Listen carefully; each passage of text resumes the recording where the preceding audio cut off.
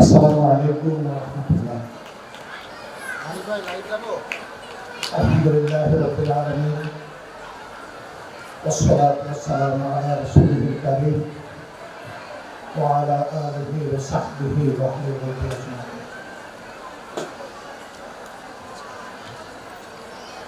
বাংলাদেশে ৩০০টি সংসদীয় আসন রয়েছে, রাজধানীতে রয়েছে ২০টি আসন। আজকে এখানে ১৫ নম্বর আসনে সম্মানিত ধন্যরা সমবেত হয়েছে। এই গুরুত্বপূর্ণ সমাবেশে উপস্থিত কেন্দ্রীয় এবং মহানগরী থানা দায়িত্বশীলবৃন্দ, উপস্থিত আমার অতি সম্মানীয় মা এবং বোনেরা, মঞ্চে উপবিষ্ট আছেন আজকের এই সমাবেশের সম্মানিত সভাপতি, রয়েছেন অন্যান্য নেতৃবৃন্দ। আমি আল্লাহ তাআলার শুকরিয়া আদায় করি যে আল্লাহ রাব্বুল আলামিন আমাদেরকে সৃষ্টির সেরা জীব হিসাবে পয়দা করেছেন।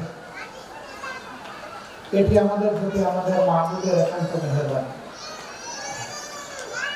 তিনি যে কোনো অবুঝ প্রাণী হিসাবে পয়দা করতে পারতেন, বৃক্ষলতা হিসাবে পয়দা করতে পারতেন। তিনি এমনকি নির্জীব কোনো বস্তু হিসাবে আমাদেরকে পয়দা করতে পারতেন, যদিও আল্লাহর সৃষ্টিতে সত্যিকারের নির্জীব বলে কেউ নেই।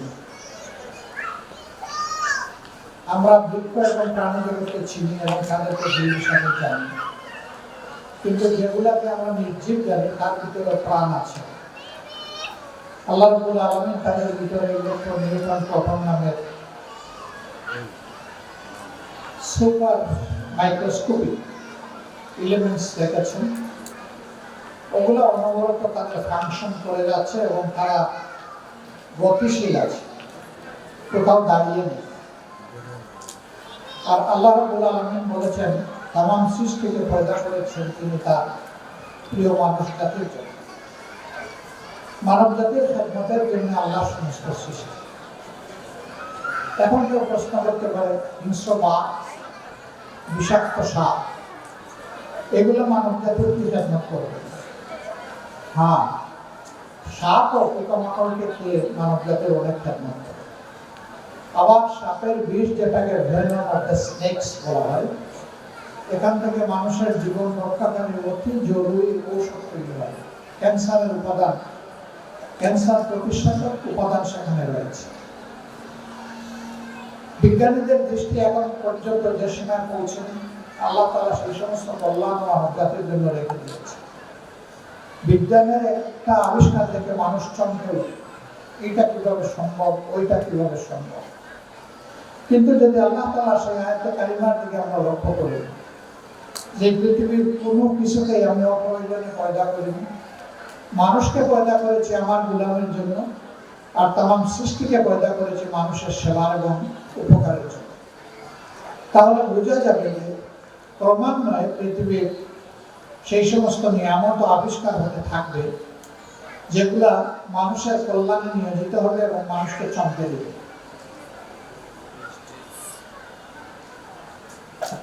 আল্লাহ তাআলা বিশ্বের সৌন্দর্য বিধান করেছেন মানব জাতির মাধ্যমে। প্রথম মানব ছিলেন হযরত আদম আলাইহিস সালাম এবং নবুয়তি সিলসিলার সর্বশেষ নিয়ামত ছিলেন মুহাম্মদুর রাসূলুল্লাহ সাল্লাল্লাহু আলাইহি ওয়াসাল্লাম। লা নাবিয়্যা বা'দা, আল্লাহ রাসূলের পরে আর কোনো নবীর আগমন ঘটবে না।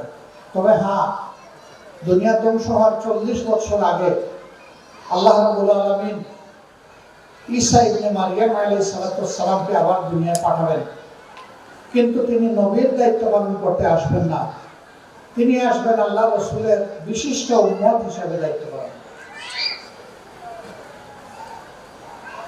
সেই নবী করিম সাল্লাল্লাহু আলাইহি সাল্লামের মাধ্যমে আল্লাহ তাআলা জগৎবাসীকে দুনিয়ার সর্বোত্তম শাসন ব্যবস্থা, সমাজ ব্যবস্থা উপহার দিয়েছে। আমরা শাসন ব্যবস্থা বলতে শুধু বুঝি রাষ্ট্রের বিভিন্ন পরিষেবার কথা না, শাসন ব্যবস্থার অন্তর্ভুক্ত আপনার পরিবার, এই পরিবার কিভাবে চলবে তারও গাইডলাইন শাসন ব্যবস্থায় থাকতে হবে। কিন্তু বিদ্যমান কোনো মতবাদে বা শাসন ব্যবস্থায় সেই রকম কোনো দিক নির্দেশনা আমরা দেখতে পাই না। ইসলামে তার সব কিছু আছে। সূরা বনী ইসরাঈলের 23 নম্বর আয়াতে গেলে মা বাবার প্রতি দায়িত্বের কথা স্মরণ করে আল্লাহ তাআলা বলেছেন, সন্তানদের প্রতি দায়িত্বের কথা অন্যত্র আল্লাহ তাআলা বলেছেন, প্রতিবেশীর প্রতি দায়িত্বের কথা আল্লাহ রাব্বুল আলামিনের পক্ষ থেকে নবী করিম সাল্লাল্লাহু আলাইহি সাল্লাম বলে দিয়েছেন এবং নিজে করেছেন। কর্মস্থলের একজন সঙ্গীর সাথে কি আচরণ হবে সেটাও আল্লাহ তাআলা বর্ণনা করে দিয়েছেন। এই জন্য মৌলিক যে আয়াতটি নাজাতের আয়াত, নাজাতের ব্যাপারে তাকিদ দিয়ে আল্লাহ তাআলা যে আয়াত নাযিল করেছেন সেখানে আল্লাহ তাআলা বলেছেন, আউযু বিল্লাহি মিনাশ শাইতানির রাজীম, কু আনফুসাকুম ওয়া আহলিকুম নারা। পরে তুমি বাঁচো, নিজেকে বাঁচানোর চেষ্টা করো জাহান্নামের আগুন থেকে, একই সাথে তোমার যারা আপনজন প্রিয়জন আহতদেরকে তুমি বাঁচানোর জন্য সংগ্রাম চালাও, সাধনা চালাও। এই আপনজন প্রিয়জনের মধ্যে প্রথমেই কনসিডারেশনে আসবে মহিলাদের জন্য তাদের পিতামাতা, পুরুষের জন্য তাদের পিতামাতা, একজন বোনের জন্য তার স্বামী, একজন ভাইয়ের জন্য তার স্ত্রী, বোন এবং ভাই দুজনের জন্যই তাদের সন্তান সন্ততি, ভাই বোন। তারপরেই চলে আসবে আমাদের প্রতিবেশীর বিষয়, এরপরে আসবে অন্যান্য রক্তের আত্মীয়স্বজন, এরপরে আসবে বৈবাহিক বন্ধনের সূত্রে আমাদের যে আত্মীয়তার ভিত তৈরি হয় তারা, এরপরে আসবে আমি যাদের সাথে উঠা বসা চলাফেরা করি, কাজকর্ম করি তারা। সমাজের যে যত ক্ষেত্রে আমার বিচরণ রয়েছে সব ক্ষেত্রের মানুষগুলো হচ্ছে আমার আহার, তাদেরকে জাহান্নামের আগুন থেকে বাঁচানোর তাগিদ আল্লাহ তাআলা আমাদেরকে দান করেছেন। এইভাবে আল্লাহ তাআলা তার সর্বশেষ বিধানের মাধ্যমে দুনিয়াকে একটা মানবিক সোসাইটি হিসাবে, সমাজ হিসাবে আল্লাহ বিল্ড আপের তাগিদ দিয়েছে। মানুষ যতদিন পর্যন্ত, যত যুগে, যত কালে আল্লাহর বিধানের অনুসরণ করেছে, নবীদের নেতৃত্ব মেনে নিয়েছে, ততদিন পর্যন্ত ওই অংশের ওই সময়ের মানুষগুলা ছিল দুনিয়ার সেরা মানুষ। তাদের শাসন ছিল সেরা শাসন, তাদের সমাজে ছিল সেরা শান্তি, তাদের প্রত্যেকটি মানুষ সেই সমাজে ছিল সম্মানিত। আর যখনই মানুষ আল্লাহর বিধান ছেড়ে দিয়েছে তখনই মানুষের উপর অপমান এবং লাঞ্ছনা নেমে এসেছে। কিন্তু যেহেতু আল্লাহ তাআলা মানুষকে সবচেয়ে বেশি ভালোবাসেন, তার সৃষ্টির মধ্যে সবচেয়ে প্রিয় সৃষ্টি, এই জন্য মানুষ একবার যখন সত্য থেকে, আল্লাহর রাস্তা থেকে এদিক সেদিক সরে গিয়েছে, হেলে গিয়েছে, টলে গিয়েছে, এলোমেলো হয়ে গিয়েছে, তখনই আল্লাহ তাআলা আবার নবী পাঠিয়েছে। এইভাবে নবুয়তের সিলসিলা এসে শেষ হয়েছে। কুরাইশের কোল জুড়ে যিনি এসেছিলেন দুনিয়ায়, যিনি পূর্ণিমার চাঁদকে লজ্জিত করে এসেছিলেন,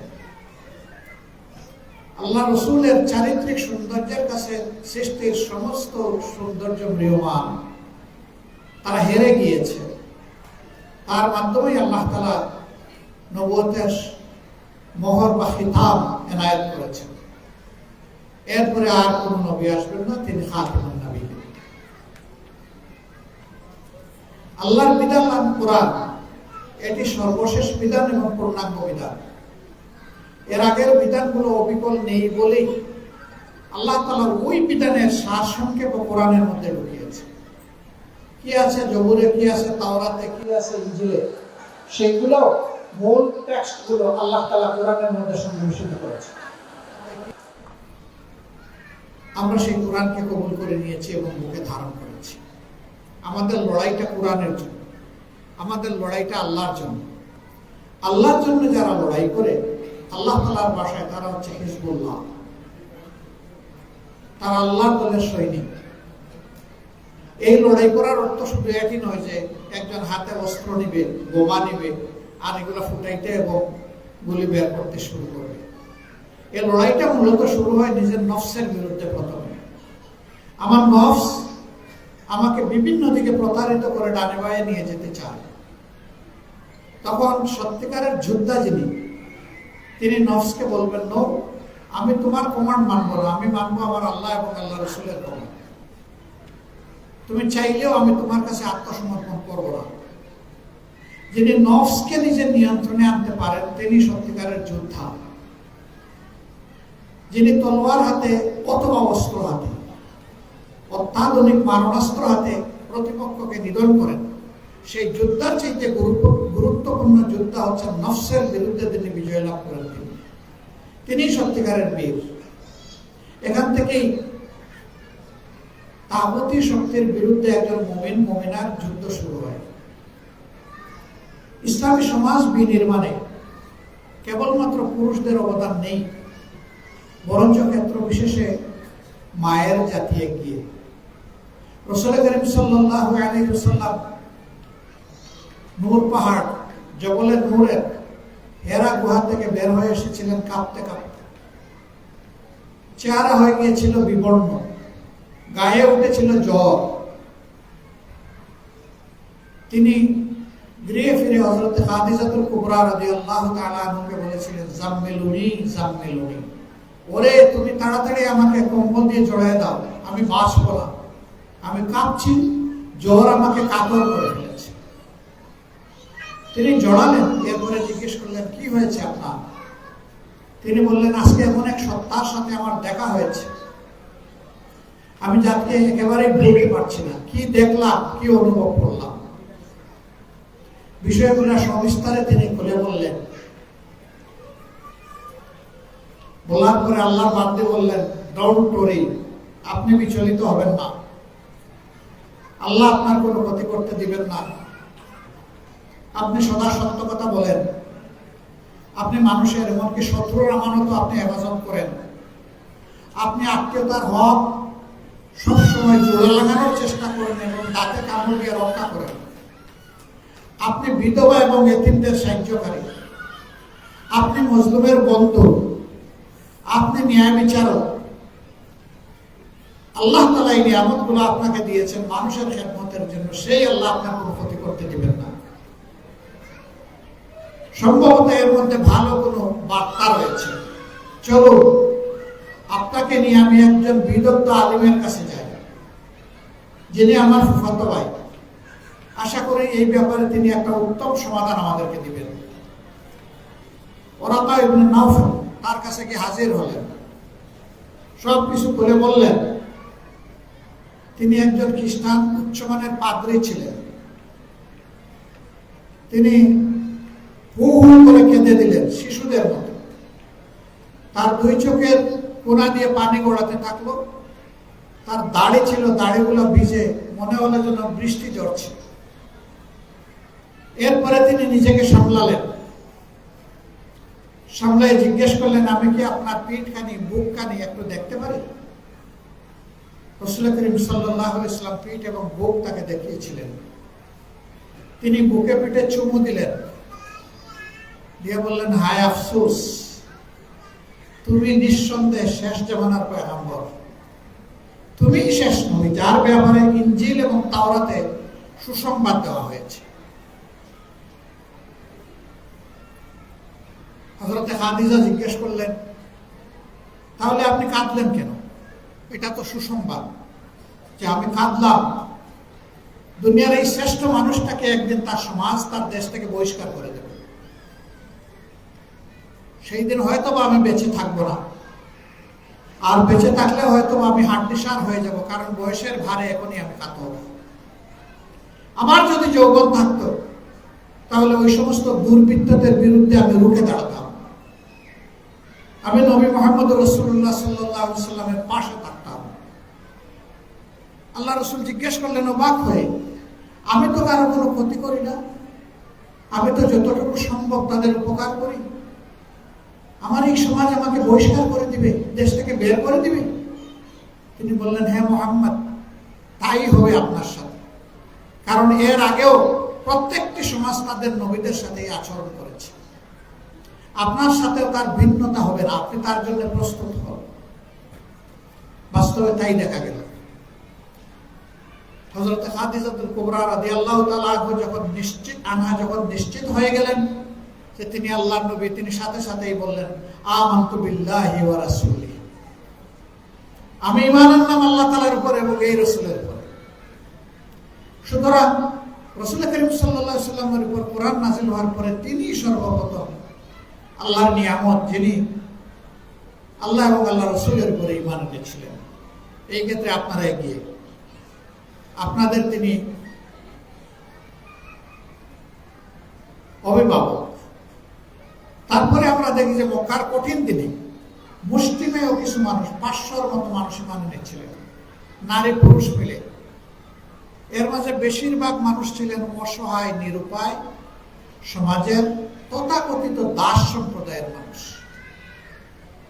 তাদেরই একজন আমাদের মা হযরতে সুমাইয়া রাদিয়াল্লাহু তাআলা আনহা। আল্লাহর নবীর কাছে বায়াত নিয়ে সর্বপ্রথম যে মানুষটা জীবন দিয়েছেন আল্লাহর জন্য, তিনি হচ্ছেন মা সুমাইয়া রাদিয়াল্লাহু তাআলা আনহা। অতএব নবীর হাতে ঈমান গ্রহণকারী প্রথম ব্যক্তিটি একজন মুমিনা মুহসিনা, এবং শাহাদাত বরণকারিণীও একজন মুমিনা মুহসিনা, পুরুষ নন। মদিনায় হিজরতের পরে অনেকগুলো যুদ্ধ আল্লাহ রাসূলকে ফেস করতে হয়েছে। দুটা যুদ্ধ ছিল খুবই ভয়াবহ, একটি উহুদের যুদ্ধ আর একটা হুনাইনের যুদ্ধ। উহুদের যুদ্ধে এক সময় দ্বিতীয় পর্বে যুদ্ধের ভয়াবহতা এত মারাত্মক ছিল যে পুরুষ সাহাবীদের পা ঠলে গিয়েছিল। আল্লাহ রসুলের বেষ্টনীতে যারা ছিলেন, পাহারায় যারা ছিলেন, তারা টিকতে পারেন নাই। শত্রু খুব কাছাকাছি চলে এসেছিল তাকে হত্যা করার জন্য। একজন মা বাঘিনীর মতো ঝাঁপ দিয়ে সেখানে পড়েছিলেন এবং তিনি ঘোষণা করলেন, প্রত্যেকটি তীর আগে আমার দেহে ঢুকবে, প্রত্যেক খঞ্জর, বর্ম এবং তলোয়ারের আঘাত আগে আমার গায়ে লাগবে, আমি আমার নবীর গায়ে কোনো আঘাত লাগতে দেব না। তিনি চতুর্দিকে ঘুরে ঘুরে সেই তীর, বর্মন, বর্ম, খঞ্জর সব কিছুর আঘাত নিয়েছিলেন। যুদ্ধের পরে যার দেহ থেকে ঝুলন্ত তীর আল্লাহ রসুল নিজের দাঁত দিয়ে কামড় দিয়ে বের করেছিলেন। 70টা গুরুতর জখম ছিল তার দেহে। রাসূল আকরাম সাল্লাল্লাহু আলাইহি সাল্লাম তার মুখে লালা নিলেন, আল্লাহর নাম নিলেন, নিজ হাতে লিপে দিলেন। তিনি আবার একজন জান্নাতে সুস্থ মহিলা হয়ে উঠলেন। রক্ত প্রবাহ থেমে গেল। আল্লাহ তাকে দীর্ঘ হায়াত দান করেছিলেন। তিনি একজন মা, আমাদের মা হযরত মুসাইবা রাদিয়াল্লাহু তাআলা আনহা। মুতার যুদ্ধ আর একটি ভয়াবহ যুদ্ধ ছিল, যেখানে একটা পর্বে মুজাহিদ সাহাবীরা পিছনের দিকে ফিরে আসার চিন্তা করেছিলেন। আরেক বাঘিনী দাঁড়িয়ে গেলেন, যিনি মক্কার জীবনে, মক্কা বিজয়ের আগে আল্লাহ রাসূলকে সবচেয়ে বেশি নির্যাতন করেছেন, কষ্ট দিয়েছেন, যিনি উহুদের ময়দানে আল্লাহ রাসূলের কলিজার টুকরা চাচার পেট ছিঁড়ে তাকে নিহত করার পরে, শহীদ করার পরে পেট ছিঁড়ে কলিজা টেনে বের করে চিবিয়েছিলেন। সেই মহিলার নাম হলো হিন্দা। মক্কা বিজয়ের লগ্নে তিনি সৌভাগ্যবতী। তিনি আল্লাহ রাসূলের সামনে গিয়ে ঈমান কবুল করেছিলেন। মুতার যুদ্ধের একজন যোদ্ধা এই মহিলা ছিলেন। যখন সাহাবীরা পিছনের দিকে ফিরে তাকানোর চেষ্টা করেছেন, দুই ডানা মিলে চিৎকার দিয়ে বললেন, অসম্ভব, একজনকেও আমি পিছনের দিকে যেতে দেব না। মুমিনদের জন্য পিছনের কোনো দরজা খোলা নেই, আঘাত কেবল সামনে, হয় শহীদ না হয় আমরা বিজয়ী হব, মাঝখানে কোনো পথ নেই, পালিয়ে দেওয়ার কোনো রাস্তা নেই। তার চিৎকারে যুদ্ধের মোড় ঘুরে গেল এবং শেষ পর্যন্ত মুতার যুদ্ধের বিজয় নিয়ে সাহাবীরা মদিনায় গেলেন। যে যুদ্ধে 4 জন সেনাপতি নিহত হয়েছে, একজনের পর একজন। সেই যুদ্ধের মোড় ঘুরানো ওই লোকটিও একজন মহিলা, হযরতে হিন্দা রাদিয়াল্লাহু তাআলা আনহা। তখন আর তিনি মুশরিকা নেই এবং তখন আর তিনি নবীর দুশমন নন, তখন তিনি নবীর পাহারাদার বন্ধু। উহুদের যুদ্ধে এক মহিলা তার স্বামী হারালেন, তার 2 সন্তান হারালেন, তার ভাই হারালেন, তার পিতা হারালেন, 5 জনকে এই পরিবারের হারালেন। তিনি যখন খবর পেলেন যে আল্লাহ রাসূলকে খুন করা হয়েছে, হত্যা করা হয়েছে, মদিনা থেকে তিনি পাগলিনীর মতো দৌড়া শুরু করলেন উহুদের দিকে। এই 4-5 মাইল জায়গা তিনি কিভাবে অতিক্রম করেছেন হয়তো তিনিও জানেন। রাস্তায় ফিরতি সাহাবীদের অনেকের সাথে দেখা হয়েছে, যারা তাকে চিনেন বলছেন, মা কোথায় যাচ্ছ? বলে যে আমি ওহুদের ময়দানে যাচ্ছি। কই গিয়ে লাভ নাই, তোমার স্বামী শহীদ হয়েছে। কার স্বামী শহীদ হয়েছে তা শোনার জন্য আমার দৌড় শুরু হয়নি, আমি যাচ্ছি আমার রসুল কেমন আছেন দেখার জন্য। আরো একটু এগিয়েছেন, আরেকজন বললেন আপনার 2 সন্তান শহীদ হয়ে গেছে। তিনি বললেন এইটাও শোনার জন্য আমি দৌড়াচ্ছি, আল্লাহ তাদেরকে কবুল করবে। আরো একটু আগালেন, বললেন যে আপনার পিতা শহীদ হয়েছে, বললেন তা জানার জন্য আমি আসি। এরপরে আগালেন, বললেন যে আপনার ভাইটাও শহীদ হয়ে গেছে, আপনার পরিবারের সর্বশেষ সদস্য তিনি শহীদ হয়েছে। তিনি বললেন এ খবর জানতেও আমি এখানে আসি, আমি এসেছি আল্লাহ রসুলের অবস্থা জানতে। ওহুদের ময়দানে আলো তালু অবস্থা, মাথায় কাপড় চোপড় কিছুই নেই, কোথায় গেছে তিনি বলতেই পারবেন। সাহাবীরা জিজ্ঞেস করছেন যে আপনি এখানে কেন? বললেন যে আমি খবর নিতে এসেছি আমার রাসূল কেমন আছে। বললেন আপনার পরিবারের 4 জন শহীদ হয়েছে। বললেন সে খবর আমি রাস্তায় পেয়েছি, এটার জন্য আমি বিচলিত না, শুধু আল্লাহর কাছে আরজ এরা যেন মুহাক্কিক শহীদ হতে পারে। আমার নবী কেমন আছেন আগে আমাকে দেখা, কিন্তু শুনেছেন নাই। একদল বেহুশ লোক ফিরে গিয়ে বলেছে আল্লাহ রাসূলকে হত্যা করা হয়েছে। অবশ্যই এর পিছনে একটা কারণ আছে। আবু সুফিয়ান তখন কাফের, তখন তিনি মক্কি বাহিনীর প্রধান সেনাপতি। তিনি এই ঘোষণাটা দিয়েছিলেন যে মুহাম্মদ ইবনে আব্দুল্লাহকে শেষ করা হয়েছে, জামানার ফাতনা দূর হয়েছে। বলেন নাউজুবিল্লাহ। তার এই ঘোষণার পরে আল্লাহ রাসূল বালির গর্ত থেকে উঠে এসেছিলেন, আওয়াজ দিয়ে বলেছিলেন আনা নাবিয়্যুল কাযিব আনা ইবনে আব্দুল মুত্তালিব, আমি মিথ্যা নবী নই, আমার বংশ পরিচয় সহ তোমরা জানো। আব্দুল মুত্তালিবের এই নাতি মিথ্যাবাদী নয়, এ বরহক নবী। এই আওয়াজের মাধ্যমে প্রমাণ হয়ে গেল তাকে হত্যা করতে পারেনি। তখন বলা হলো তিনি তো আহত। এই মহিলা বললেন যে না, আমার 2 চোখ তাকে না দেখা পর্যন্ত আমি যা শুনেছি তার ব্যাপারে আমি নিশ্চিত হতে পারছি না। কি শুনেছেন আপনি? আমি শুনেছি আমার নবীকে খুন করা হয়েছে। বলে না, তিনি জীবিত আছেন। না, আমাকে দেখান। তিনি রাসূল করিম সাল্লাল্লাহু আলাইহি সাল্লামের সামনে চলে গেলেন। দেখা মাত্র কোনো কথা না বলেই তিনি সিজদা করলেন, আল্লাহ শুকরিয়া আদায় করলেন মন ভরে, আল্লাহ তাআলার হামদ করলেন। এইভাবে দেখেন ইতিহাসের প্রত্যেকটি বাক্যে আমাদের মাদের অবদান। এই মায়ের জাতিকে যে জাতি সম্মান দিতে পেরেছে তারা সৌভাগ্যবান, আর যারা সম্মান দিতে পারেনি তারা আসলে দুর্ভাগা জাতি। আফসোস, 91% মুসলমানের দেশে আমাদের মায়েদের সম্মান ঘরে বাইরে কোথাও নেই। অথচ ইসলাম আমাদেরকে তাগিদ দিয়েছে মাদেরকে মায়ের মর্যাদায় সম্মান দিতে। আজকের শিশু মেয়েটিও কালকের মা, সুতরাং সেও মায়ের জাতির সদস্য।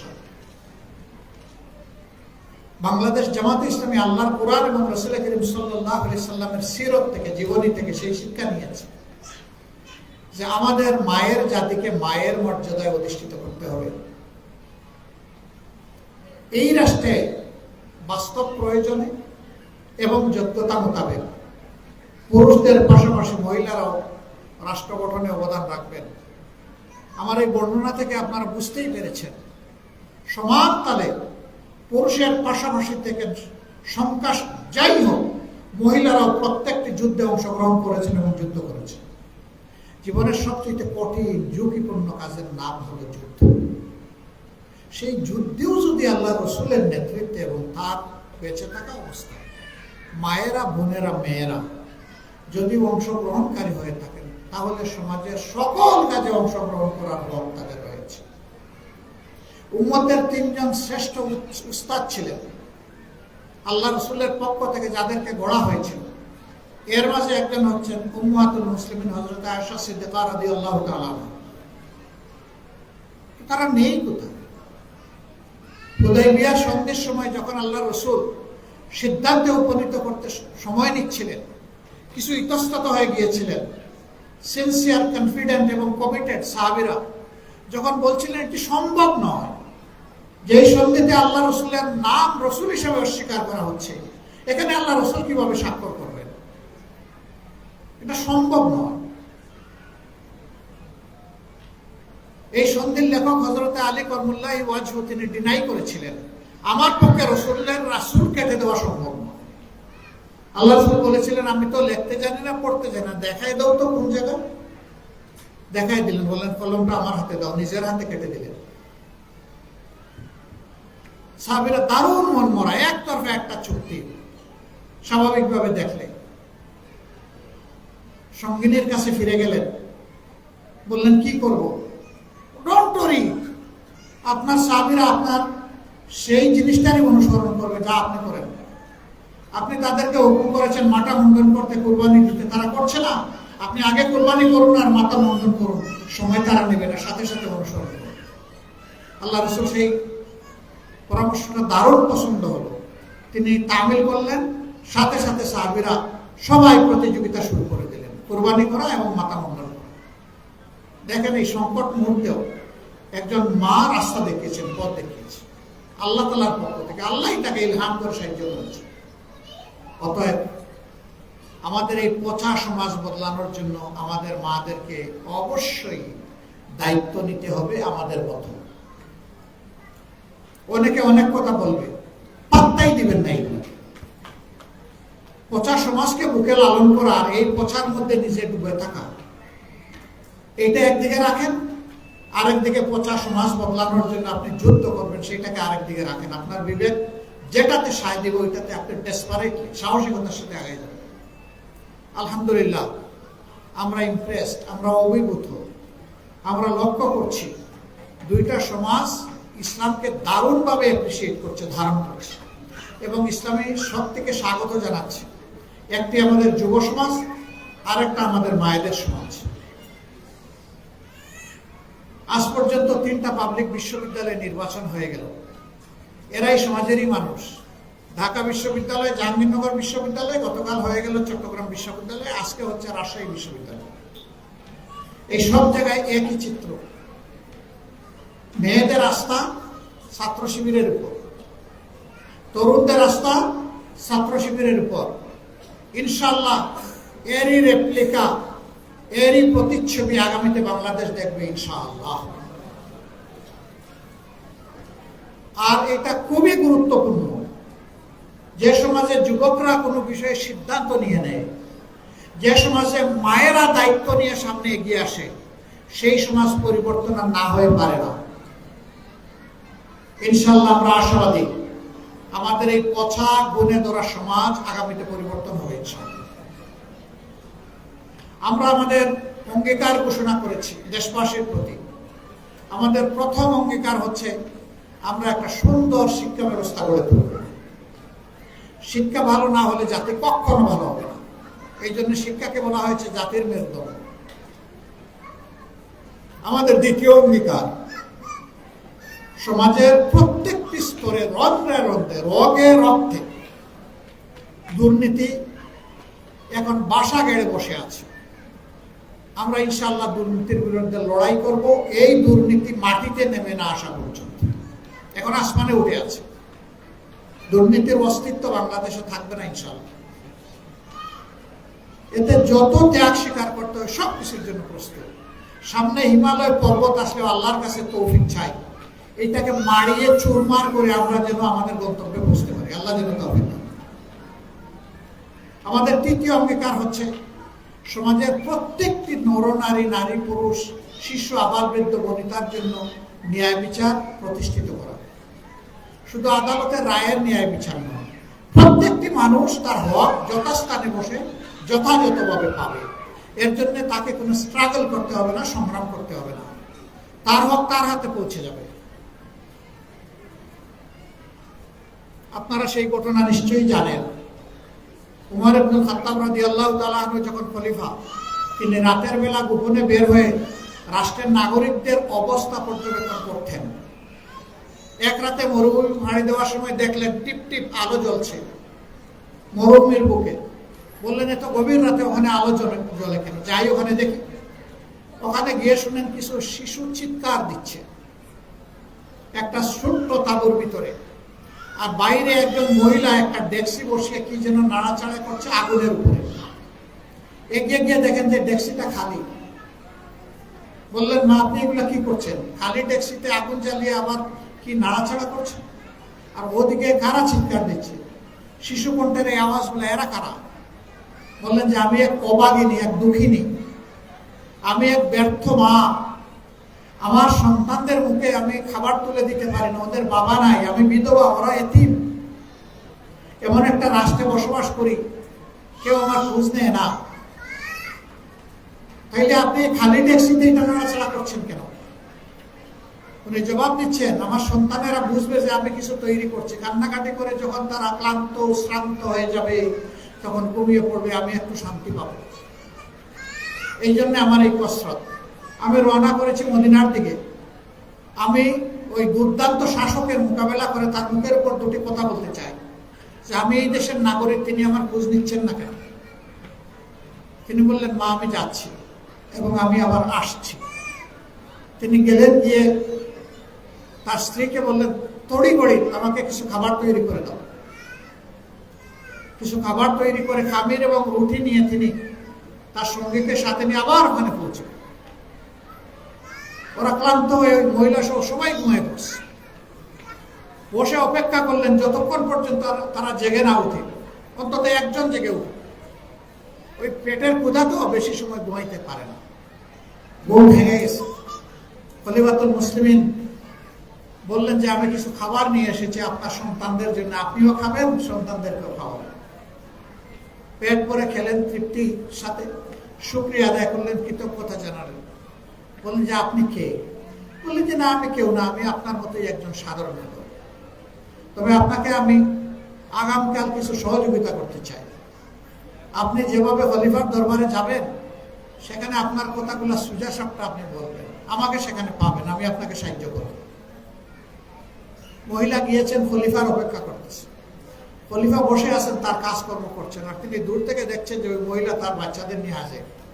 তিনি কিছু বলছেন না, সারপ্রাইজ দেওয়ার জন্য। একটা পর্যায়ে মহিলা কাউকে জিজ্ঞেস করেছেন যে খলিফা আসবে না? বলে যে ইনি তো খলিফা। ও উনি খলিফা? সামনে গিয়ে হাজির হয়ে বলে আমাকে ক্ষমা করবেন। কেন আপনাকে ক্ষমা করব? যে আমি অনেক মন্দ সন্দ আপনার মুখের উপর বলেছি, আপনিই তো সেই ব্যক্তি যিনি আমার এই দুঃখের সময় খবর নিয়েছেন। খলিফাতুল মুসলিমিন বলছেন, মা ক্ষমা আপনার চাইতে হবে না, ক্ষমা আমি চাইব প্রথমে আল্লাহ তাআলার দরবারে। আপনি এবং আপনার শিশুদের এই কষ্ট দেখার আগে কেন আমি খবর নিতে পারলাম না, আমার লোকেরা খবর নিতে পারলো না? আল্লাহ যেন আমাকে ক্ষমা করেন আর আপনিও আমাকে ক্ষমা করে দেন। আপনি কিছু বলবেন? বলে না, আমার আজকে আর কোনো কথা নেই।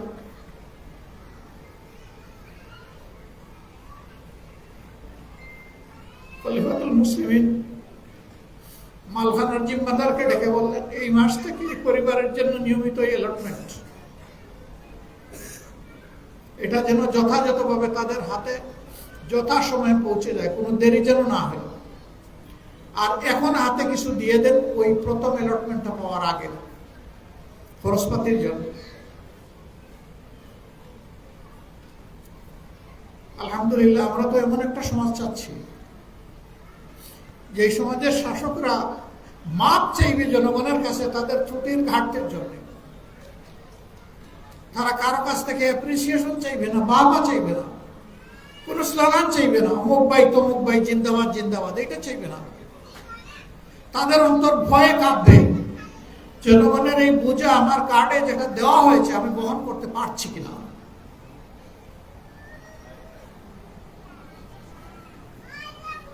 এই একই ব্যক্তি একদিন গভীর রাতে শিশুর মতো কেঁদে উঠেছিলেন। তার এক মেয়ের নাম ছিল ফাতেমা। দৌড়ে আসেন,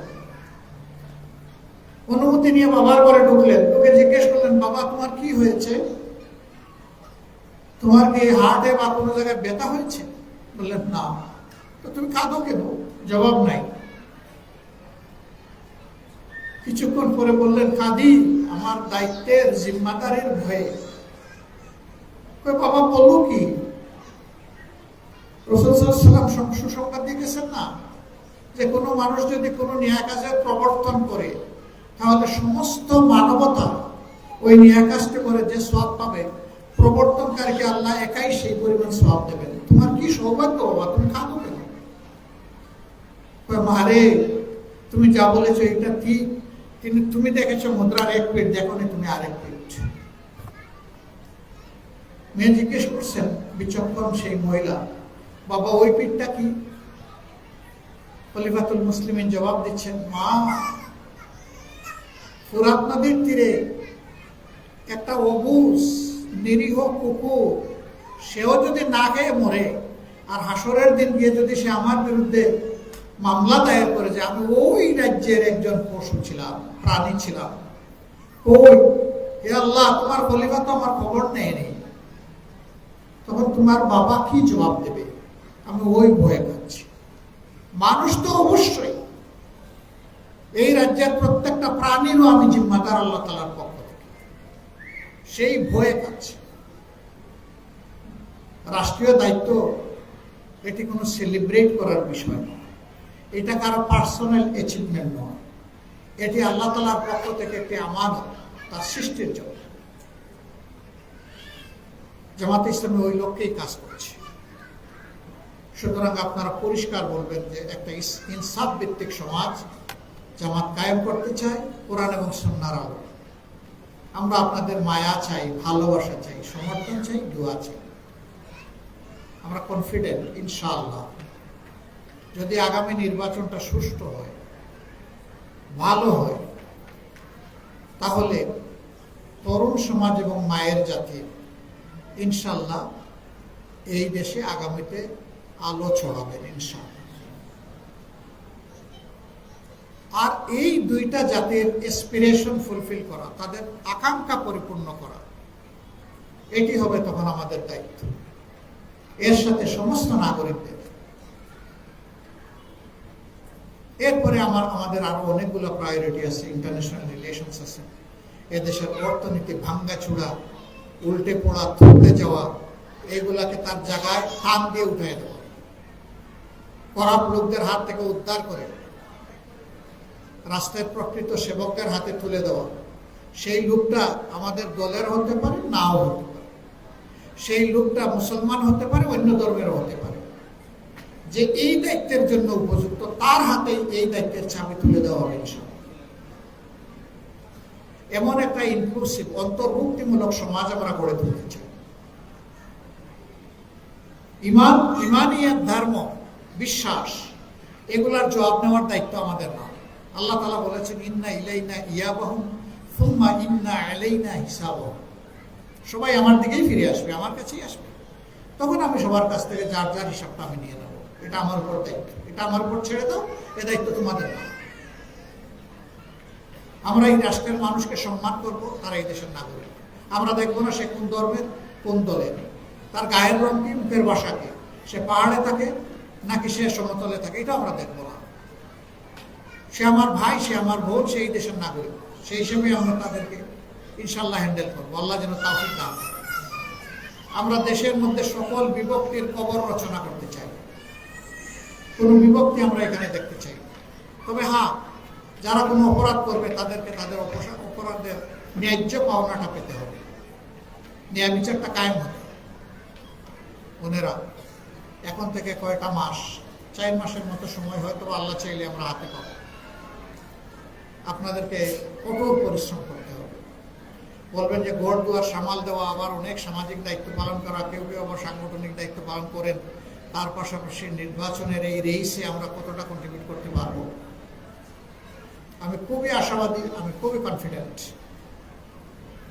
প্রাত্যহিক স্বাভাবিক জীবনে একজন বোন একজন ভাইয়ের চাইতে 2.5 গুণ বেশি দায়িত্ব পালন করেন, কাজ করেন, পরিশ্রম করেন।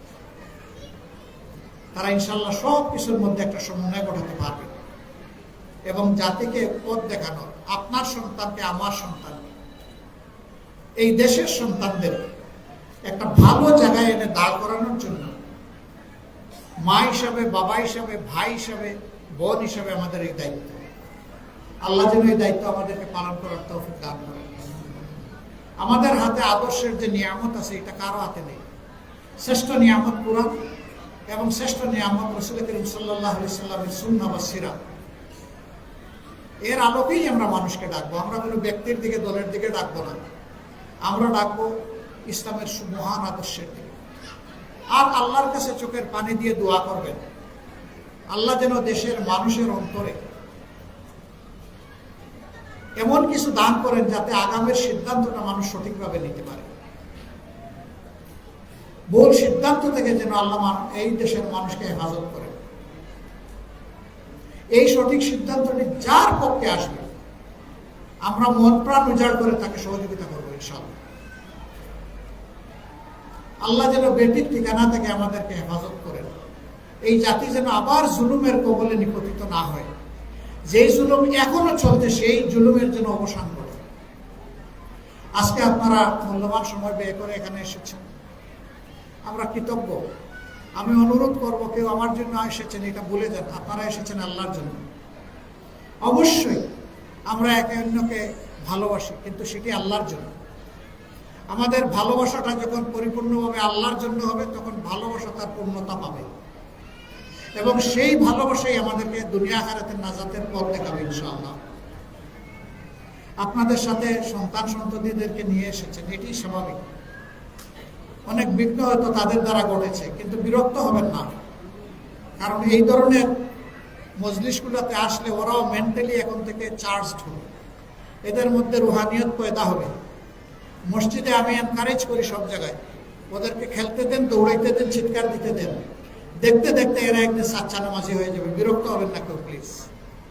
আল্লাহ রাসূল তাই করেছেন, তার গাড়ের উপর, পিঠের উপর হযরত হাসান এবং হুসাইন রাদিয়াল্লাহু তাআলা আনহু শুহাদায়ে আহলে সাইয়্যিদুশ শুহাদায়ে আহলে জান্নাহ যতক্ষণ পর্যন্ত বসে থাকতেন আল্লাহ রাসূল নড়তেন না, সেজদায় পড়ে থাকতেন, রুকুতে দাঁড়ায় থাকতেন।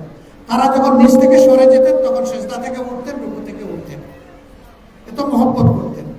শিশুদেরকে মহব্বত করা আমাদের দায়িত্ব। আজকের এই কথাগুলো আপনারা নিজের মধ্যে সীমাবদ্ধ রাখবেন না। পরিবারের সদস্য, আপনার আত্মীয় স্বজন, প্রতিবেশী, কর্মস্থলের সঙ্গে যে যেখানে বিচরণ সেখান পর্যন্ত ইনশাআল্লাহ আমরা পৌঁছে দেব, ঘরে ঘরে পৌঁছে দেব। ইনসাফের প্রতীক দাড়িপাল্লার এই পরিচিতিটা আমরা সবার কাছে পৌঁছে দেব। এই প্রতীকটা নেওয়ার জন্য কি না কাড়াকাড়ি যুদ্ধ আমাদের সাথে করা হয়েছে। আল্লাহ তাআলার মেহেরবানিতে আমাদের প্রতীক আমাদের বুকে আবার ফিরে এসেছে। আল্লাহ যেন এই প্রতীকের সম্মান রক্ষা করার তৌফিক আমাদেরকে দান করেন। আল্লাহ তাআলা আপনাদের সকলের হায়াতে, সেহাতে, ইলমে, আমলে, ইজ্জতে এবং রিজেকে অপরন্ত বারাকা দান করুন। প্রত্যেকটি ঘরের উপর আল্লাহ রহম নাজিল করুন। আল্লাহ তাআলা তার নুসরা দিয়ে সকলের শক্তিকে বাড়িয়ে দিন। আল্লাহ তাআলা ইমানের উচ্চ দরজায় আমাদের সবাইকে রাখুন, আপনাদেরকে রাখুন। এখন আমার ছোট্ট একটি আবদার, আশা করি আপনারা আমাকে সহযোগিতা করবেন। এই শিশুগুলাকে একটু এইদিকে পাঠিয়ে দেন, একটু দেখতে ইচ্ছা করে। অল্প কিছু গিফট আছে তাদের জন্য, আমরা তাদের হাতে তুলে দিতেছি। বাকি ইনশাল্লাহ একটু সময় ধৈর্য ধরবেন। তারা আসবে কিন্তু আওয়াজ করবে না। আমাদের সম্মানিত সভাপতির বক্তব্য শোনার পরেই আজকের আয়োজন সমাপ্তি পাবে। আর বন্ধু শিশুদের সাথে আমি একটু সময় কাটাবো। আসসালামু আলাইকুম ওয়া রাহমাতুল্লাহি ওয়া বারাকাতুহু।